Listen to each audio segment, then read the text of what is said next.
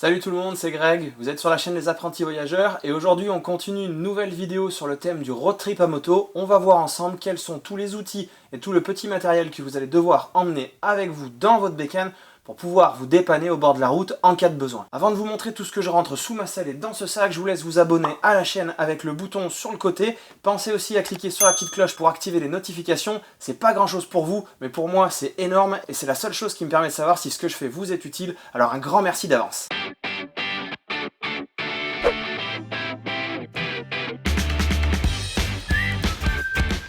Alors, vous le savez sûrement, il y a plusieurs écoles au niveau du matériel qu'on va emmener sous la selle et des outils qu'on va prendre avec nous sur notre bécane pendant un voyage à moto. Vous avez ceux qui disent, bon, bah, moi j'ai une assurance, alors je vais pas m'embêter et m'encombrer avec tous ces outils. Et puis vous avez ceux qui, peut-être un peu comme moi, emmènent énormément de choses. Alors si vous faites du off-road, évidemment, la dépanneuse viendra pas vous chercher au fin fond d'une forêt. Donc c'est là où ça vaut peut-être le coup de prendre quelques outils avec vous. Et puis même si vous faites face à une simple crevaison au bord de la route, tout le temps que vous allez perdre et peut-être compromettre la fin ou la suite de votre road trip aurait pu être réparé avec une bombe anti-crevaison ou 2-3 petits outils tout simples. Donc c'est pour ça que moi je vais vous montrer tout ce que je prends sur ma bécane et on commence tout de suite avec ce qu'on trouve sous la selle.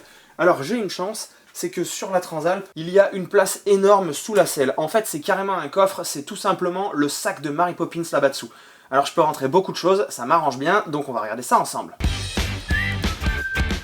Premièrement, la fameuse trousse à outils. Alors, moi la trousse à outils, hop, si elle veut bien venir, je la mets dans ce petit sac. On va regarder ça en détail.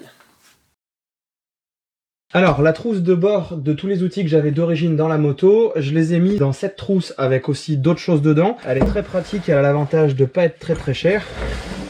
Alors, qu'est-ce qu'on trouve dedans? On va commencer par le haut et on trouve du scotch électrique. Évidemment, ça c'est quelque chose qu'il faut toujours avoir si on a besoin de réparer des fils électriques ou de les scotcher. Ensuite, on va trouver un jeu de BTR. Alors, je les ai mis dans ce petit sachet pour pas qu'elles s'en aillent. En fait, j'ai regardé sur ma moto quelles étaient les différentes tailles de clés dont j'avais besoin et je les ai rassemblées ici dans ce kit. Alors ensuite, on trouve des petits sucres. C'est quelque chose que j'aime pas du tout utiliser en électricité. Malheureusement, si jamais j'ai un pépin et que j'ai évidemment pas de quoi souder au bord de la route ou avec un briquet, c'est de faire fondre de l'étain, je préfère pouvoir réparer, même si c'est précaire, pour aller jusqu'au prochain garage et juste pouvoir me sortir d'où je suis. Donc c'est quelque chose qui était déjà dans cette trousse puisqu'elle arrive avec des outils. Donc j'ai décidé de le laisser, ça prend très peu de place. Cette clé faisait partie des outils de bord, donc c'est une clé qui est faite pour ma Transalp, donc je la laisse évidemment. Alors celle-ci aussi, elle était dans la trousse de bord, c'est une clé de 24, une clé à œil de 24, donc je la garde avec moi. Évidemment, ce qu'il faut faire si vous n'avez pas de trousse de bord d'origine dans votre moto ou qu'elle n'y est plus, c'est essayer de la reconstituer en prenant soin de ne prendre uniquement les clés avec les tailles qu'il y a sur votre moto. On va vous demander d'apprendre à connaître un petit peu votre moto, mais c'est quelque chose de très important pour pouvoir se dépanner au bord de la route. Ça, c'était aussi dans la trousse de bord, c'est tout simplement une rallonge pour pouvoir glisser les clés dedans et avoir un peu plus de force. Ensuite, on a tout un jeu de clés qui était encore une fois dans la trousse de bord, donc je les laisse aussi dedans. On trouve du câble électrique, donc ça c'était plutôt dans cette trousse que j'ai trouvé sur internet. Et là c'est pareil, en cas de pépin, ça peut toujours essayer de nous dépanner, donc je l'ai laissé puisque ça ne prend pas plus de place que ça. Il y avait aussi un petit testeur. C'est ce qui vous permet de savoir si vous avez du jus en cas de problème électrique. Donc ça, indispensable à avoir avec vous. Ensuite, on trouve aussi dans ce petit sachet quelques petites douilles dont je vais éventuellement avoir besoin, parce que j'ai remarqué que c'était des tailles spéciales que j'avais sur la moto. Et puis j'ai également glissé dedans, vous savez, ce petit outil qui vous permet d'enlever l'obus d'une chambre à air en cas de besoin. Ensuite, on a un manche qui nous permet de mettre tous ces tournevis qu'il y a ici. Donc ça, c'était aussi fourni avec la trousse de bord. Et donc ça vous permet de pouvoir avoir des tournevis personnalisés de différentes tailles. Ici, on a du cruciforme. Ici, on a du cruciforme beaucoup plus gros. Et puis enfin, on a du tournevis plat. Donc voilà. Ça vous permet d'avoir pas mal de tournevis avec vous. Ensuite, on trouve aussi ce tout petit appareil. Alors, qu'est-ce que c'est? C'est tout simplement un multimètre. Mais un multimètre miniature de poche. J'ai mis pas mal de temps à le trouver, celui-là, parce que j'en voulais un qui soit tout petit. Et en cas de pépin d'électricité sur la bécane, c'est bien d'avoir le petit témoin de continuité de courant. Mais c'est aussi bien de pouvoir tester complètement tout le circuit électrique. Donc voilà, il est miniature, il tient dans la main. Une fois qu'il est fermé, hop, il n'est pas plus grand que ça. et ça rentre, donc pourquoi s'en priver? Alors ensuite, on a cet adaptateur qui était dans la trousse de bord, donc je le laisse également. On avait cette pince qui peut toujours servir aussi, qui fait partie de la trousse de bord, mais que j'ai complété avec la pince qui était également fournie avec la trousse de bord ici. Une pince crocodile beaucoup plus grosse et beaucoup plus solide. On a ici une clé à œil qui était fournie avec la trousse de bord, donc je la conserve. Une fois de plus, ça fait partie des tailles dont j'ai besoin sur ma moto. Et puis on a aussi l'outil dont je vous ai parlé dans la vidéo pour réviser votre bécane qui me permet de démonter et remonter les bougies. Si vous n'avez pas vu cette vidéo, je vais vous mettre un lien en haut ici pour pouvoir aller la consulter. Cet outil est indispensable sur une Transalp par exemple, mais vous, sur votre modèle de moto, il faudra voir lequel il vous faut si jamais vous ne l'avez pas dans la trousse de bord. Tout un tas de riselants aussi que j'ai rajouté dans cette trousse parce que ça peut toujours permettre de faire tenir quelque chose ou des câbles. Ensuite, on en a encore ici. Alors oui, d'origine, dans cette trousse que j'ai achetée sur internet, il y avait du câble avec tout ce qu'il faut pour les fixer. Je me suis dit que ça pouvait toujours être une bonne idée de le laisser en cas de pépin. Et puis on trouve aussi quelque chose de très important, ce sont des fusibles. J'ai tout un tas de fusibles différents. Alors là, sur les fusibles, je vous conseille de lire le manuel ou la RMT sur votre moto pour savoir quels sont les fusibles, ou tout simplement vous pouvez regarder sur la boîte à fusibles ce que votre moto a besoin comme fusible et prendre exactement ce dont vous avez besoin, mais vous pouvez aussi en rajouter quelques-uns pour pouvoir dépanner les potes en cas de pépin. Donc voilà, les fusibles c'est très important à avoir sur soi. Et puis voilà, on a fait le tour, j'ai plus rien dans ma trousse, donc c'est tout ce que j'arrive à faire rentrer dans cette trousse à outils et qui me permet de me dépanner si j'ai un petit pépin au bord de la route. Comme vous l'avez vu, ça rentre très facilement sous la selle, donc ça m'encombre pas plus que ça. Alors pourquoi se priver d'avoir quelques outils qui pourraient éventuellement me sortir d'affaire ou pouvoir me rendre jusqu'au prochain garage dans lequel je vais me faire vraiment dépanner correctement. Alors ensuite, qu'est-ce qu'on trouve là-bas dessous? Ouais, ok, ça fait un bon moment que j'ai pas rangé sous la selle. Hein. Bon, alors, des gants.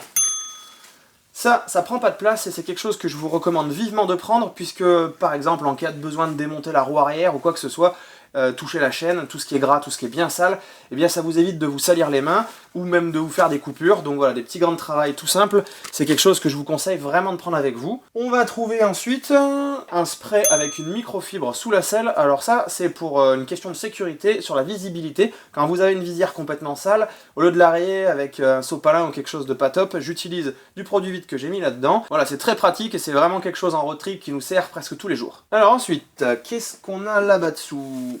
Eh ben oui, évidemment, un parapluie, s'il pleut, ça peut toujours servir. Après, on va trouver la protection que je mets sur mon porte GPS et téléphone en cas de pluie. J'ai encore une paire de gants transparents cette fois, si jamais il y a besoin de faire un bout de vidange au bord de la route. On trouve un paquet de mouchoirs, même si j'en ai dans mes sacs. On trouve du duct tape. Vous savez, duct tape, scotch tressé, gorilla tape, tarlatan, peu importe comment vous l'appelez. Ce scotch qui vous permettra de réparer une sacoche abîmée, un sac à dos abîmé ou quoi que ce soit, ou de faire tenir des choses.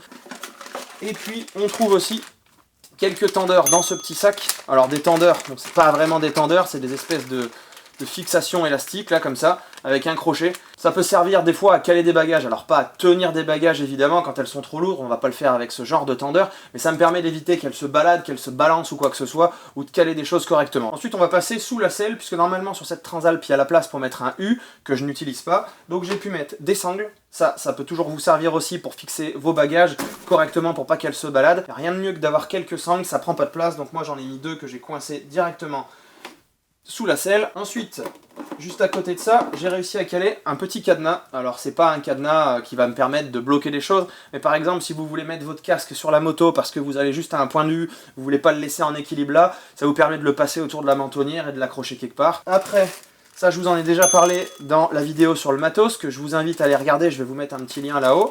Des masques, encore et toujours des masques, hein, je vous l'ai déjà dit, si jamais vous venez de jeter un masque et que vous repartez de votre camping par exemple, et premier arrêt dans un magasin, vous vous rendez compte que vous en avez plus, ça peut vite être la galère pour vous. Donc voilà, toujours quelques masques à avoir sous la selle. Alors en fait, ce que j'ai remarqué, c'est que dans la Transalp, à la fin de la coque, là où il y a le branchement pour le feu arrière et les clignots, j'ai encore énormément de place, donc il n'y a pas de raison de ne pas s'en servir. J'ai mis un petit kit anti-crevaison, vous savez, avec de quoi réparer les pneus, même si sur cette moto, j'ai des pneus qui ne sont pas tubeless puisque j'ai des chambres à air, mais ça peut toujours dépanner les copains, donc vu que j'ai la place, j'hésite pas à le prendre, et quelques cartouches de CO2 pour regonfler un peu, et remettre un peu de pression en cas de pépin. Alors encore quelques petits trucs à vous montrer là-bas dessous, un chiffon, très important aussi, quand vous avez des choses en train de bricoler sur la moto, il faut avoir un chiffon, et puis évidemment, ce qui est obligatoire aujourd'hui, le gilet jaune. Donc j'ai un gilet jaune qui est juste là, sous la moto, Et c'est enfin fini, on a fait le tour de tout ce qu'il y a là-bas dedans. Comme je vous l'avais dit, c'est vraiment le sac de Mimimati cette moto, donc on a un très grand coffre et c'est hyper pratique. Maintenant on va regarder ce que je vais trouver à l'intérieur de ce sac.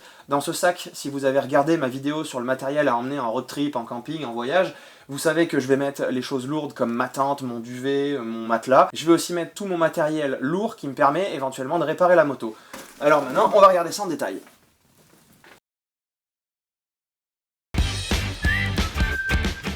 Alors, qu'est-ce qu'on trouve là-dedans? On trouve deux bombes qui peuvent être hyper utiles et qui prennent pas beaucoup de place, du WD-40 qui peut toujours être utile pour dégripper quelque chose, et puis on trouve aussi cette bombe spray qui est de la graisse pour chaîne. Je vous recommande vivement d'avoir de la graisse pour la chaîne. Si vous partez faire un road trip de plusieurs centaines, voire milliers de kilomètres, c'est très important d'avoir une chaîne qui est tout le temps bien graissée, surtout si vous allez devoir nettoyer la moto ou prendre la pluie et que votre chaîne va donc être mouillée. Une fois qu'elle est sèche, il est important de bien la graisser. Alors évidemment, il ne faut pas prendre des choses trop lourdes.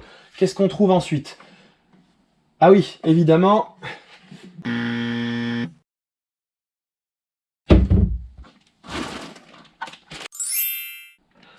un peu d'huile, ça peut toujours être utile si on a besoin de faire un complément, surtout sur une vieille bécane comme la mienne qui peut consommer de l'huile, au lieu d'avoir un souci moteur et de ne pas pouvoir trouver de l'huile sur les centaines de kilomètres. Ben voilà, un petit litre d'huile avec moi, ça prend pas énormément de place et puis ça rentre, alors pourquoi s'en priver une fois de plus? Alors ensuite, on trouve là-dedans...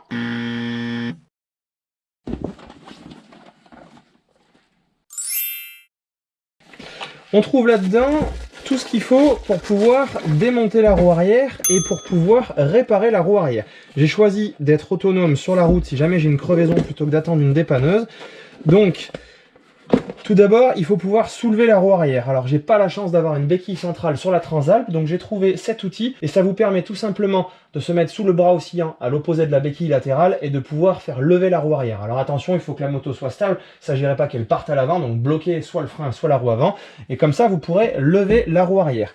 Pour démonter la roue arrière, comme on a vu tout à l'heure dans ma trousse de bord, j'avais une clé de 24 et j'en ai trouvé une un peu plus grande ici. Je l'ai trouvée sur internet, elle est dans un métal super léger et ça me permettra donc d'avoir un peu plus de force pour défaire l'écrou de la roue arrière, donc à vous de prendre l'écrou qui correspond à la taille de votre moto. Et on voit que de l'autre côté, j'ai aussi un démonte-pneu, donc ça va être utile pour démonter le pneu ensuite. Et j'ai rajouté également deux démonte-pneus plutôt costauds que j'ai trouvé aussi sur internet avec le petit ergot ici. Ceux-là, je pense que je suis pas prêt de les plier, donc voilà, c'est important d'avoir tout ce qu'il faut pour pouvoir démonter le pneu si vous faites évidemment le choix d'être autonome et de pouvoir soit changer la chambre à air, soit la réparer, soit réparer le pneu si vous avez un pneu de rechange dans un très grand road trip. Alors moi, dans mon cas sur la Transalp, j'ai des chambres à air. Alors j'ai fait un deuxième choix qui prend énormément de poids, mais comme je vous l'ai déjà dit, je vais pas avoir de passagers à l'arrière de la moto, donc je peux gagner entre 50 et 80 kg. Donc ça me permet de prendre pas mal de choses et j'ai fait le choix dans ce sac de mettre des chambres à air de rechange.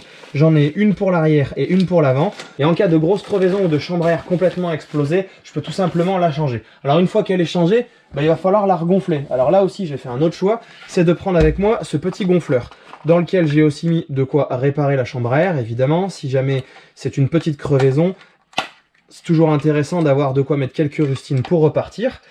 Et donc ce petit gonfleur, il est très bien. Je pense que j'ai plus besoin de présenter le Airman, il a fait sa réputation lui-même. Il vous permettra de gonfler n'importe quel pneu. Alors ça va prendre du temps évidemment puisqu'il est tout petit, mais il se glisse de partout. Il prend peu de poids. Alors attention, il est livré dans sa bonne version avec différentes prises. Vous avez une prise qui peut être compatible avec les chargeurs de batterie.